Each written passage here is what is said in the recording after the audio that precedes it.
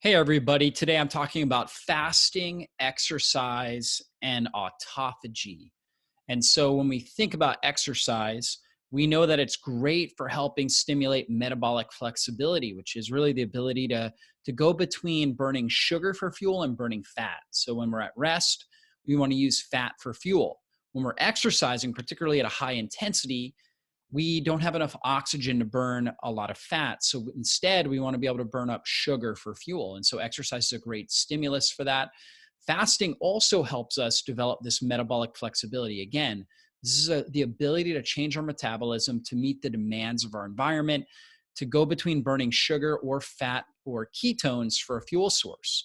And then we also want to improve our energy efficiency, which is really just being efficient with the energy we use. So we don't want a lot of wasted energy. And so exercise and fasting help us be the most energy efficient beings we can be. So that way we're able to utilize energy for all the things that we need for good immune regulation, optimal healing, for brain function, for energy production, everything that we need without a lot of wasted energy. And so when we look at our main fuel sources, again, we know that our body can run off of ketones, fatty acids, and glucose.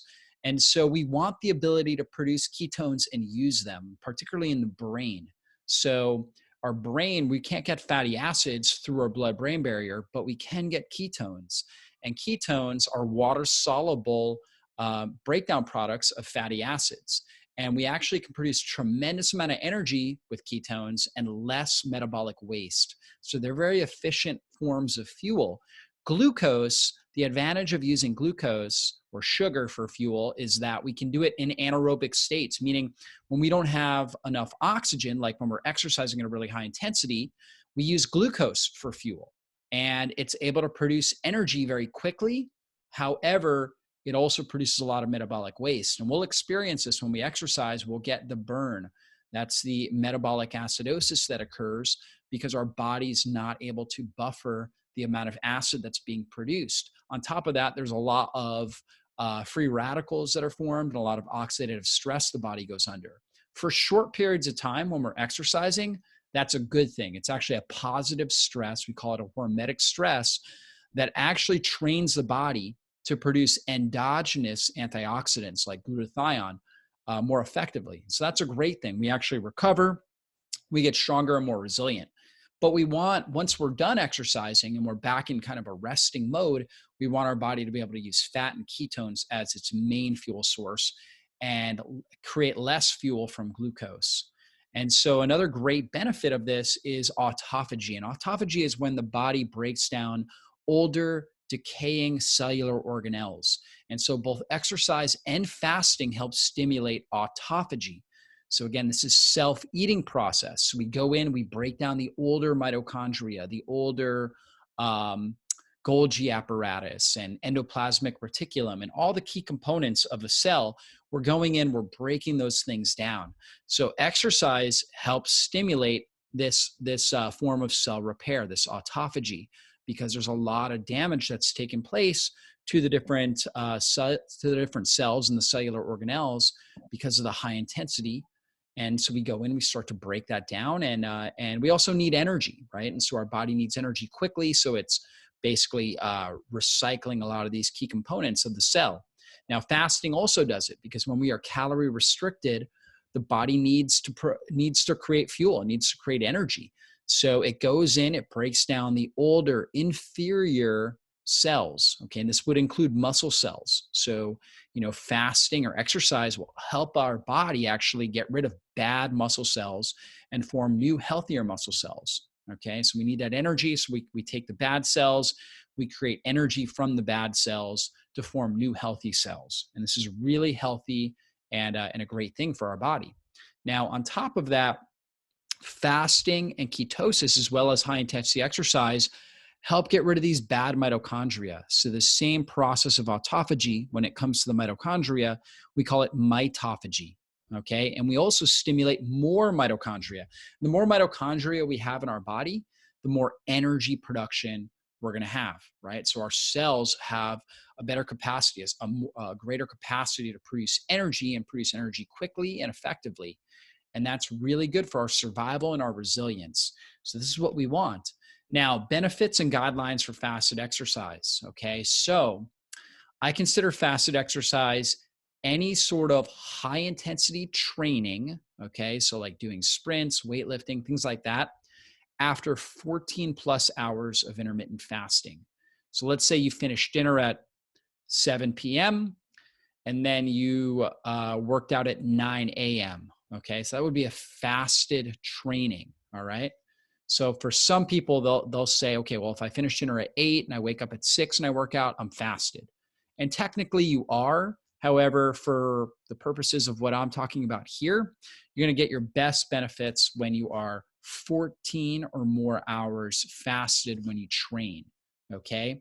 So it helps improve fat burning. It increases growth hormone. You get a big stimulus of human growth hormone, which has to do with anti-aging. It helps us with healthier skin, hair, nails, supports our immune system. Fat burning helps preserve lean body mass, growth hormone does. Okay, we get a great stimulus of mitochondria.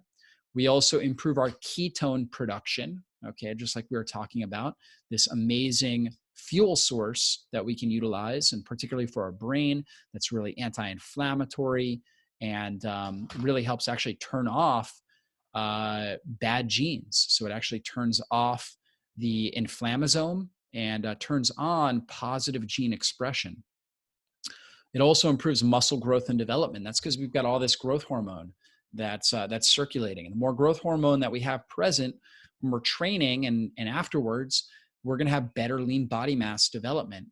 So now guidelines, although you're fasting, you want to make sure that you're well hydrated. So make sure you're well hydrated.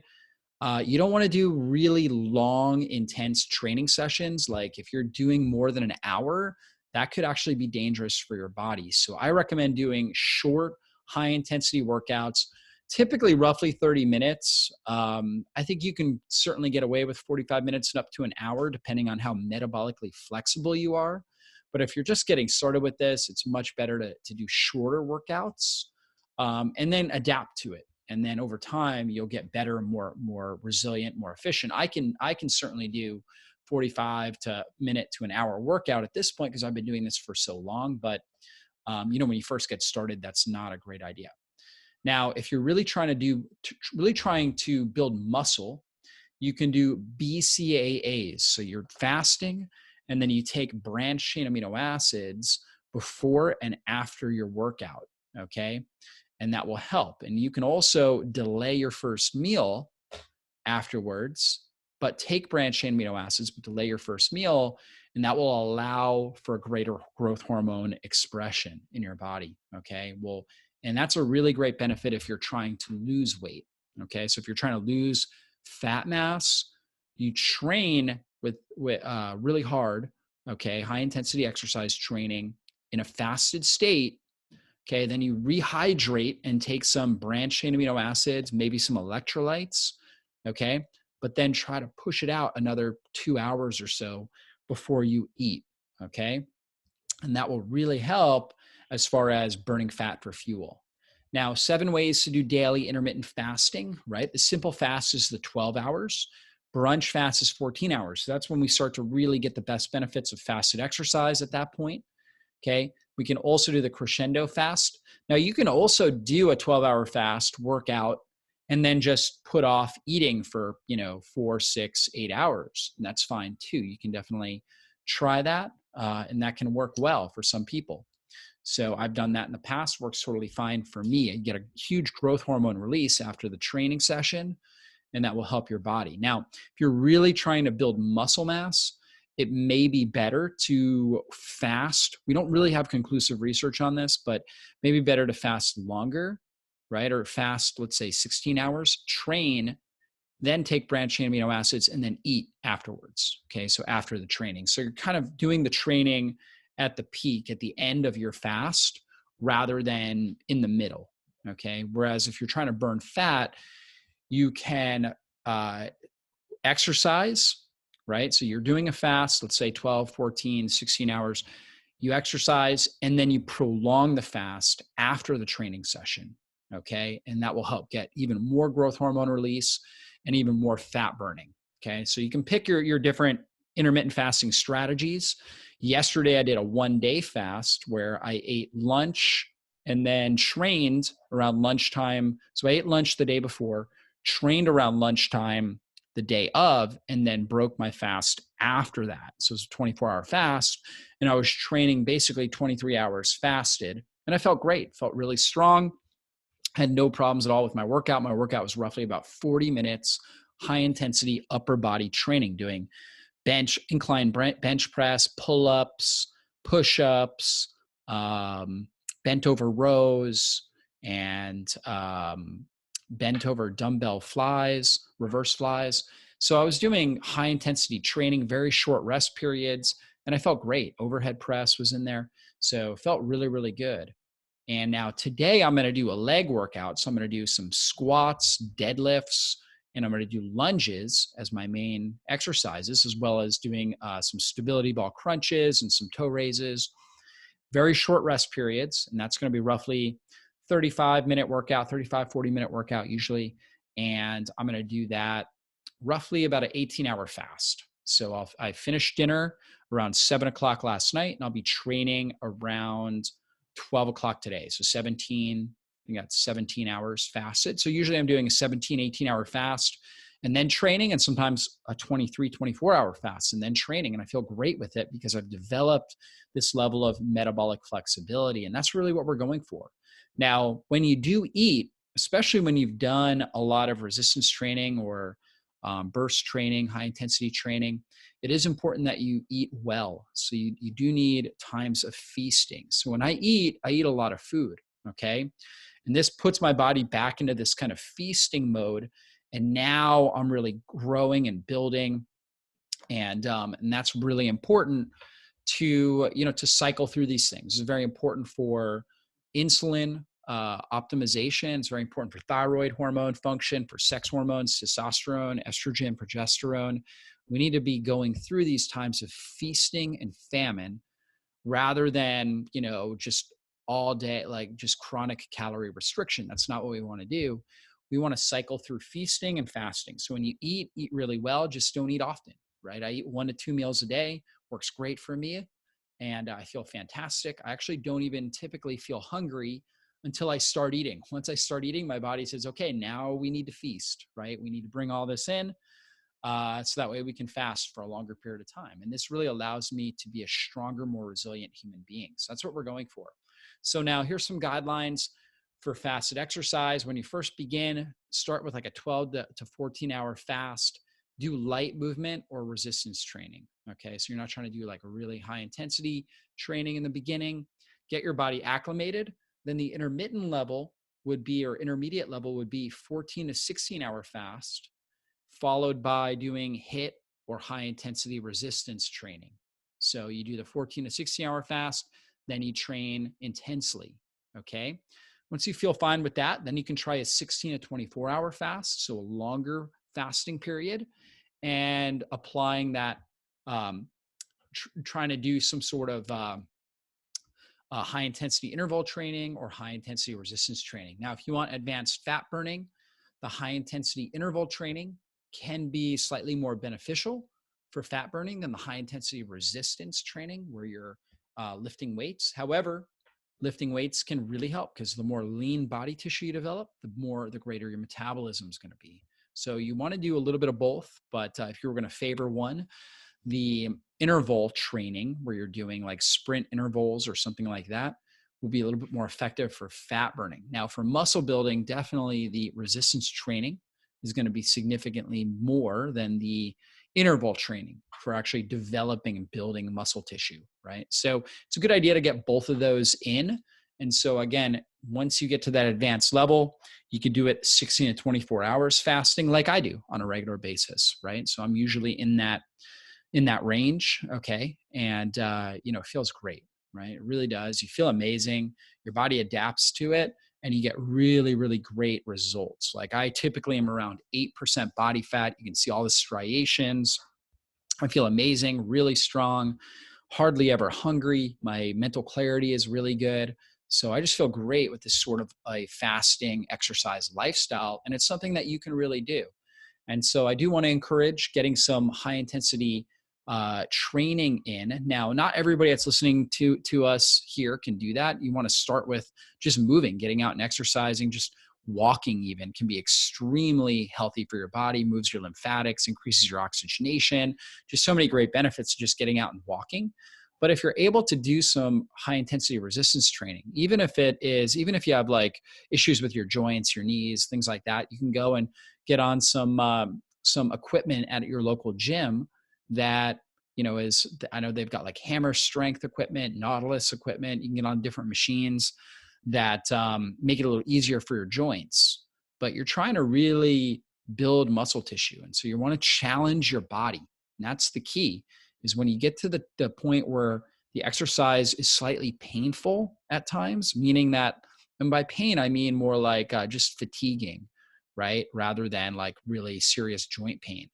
But that is a good thing. That's a stimulus that tells you that you're really training hard and you're challenging your body, and your body's going to adapt and develop greater metabolic flexibility, greater energy efficiency, and you're going to develop more resiliency as a human being. So I would highly recommend that. And then always look out for signs that you're overtraining. And here are common signs. If you are training at a really high intensity, especially if you're doing it almost every day, and your libido goes down, you're not sleeping well at night. Okay, this is important.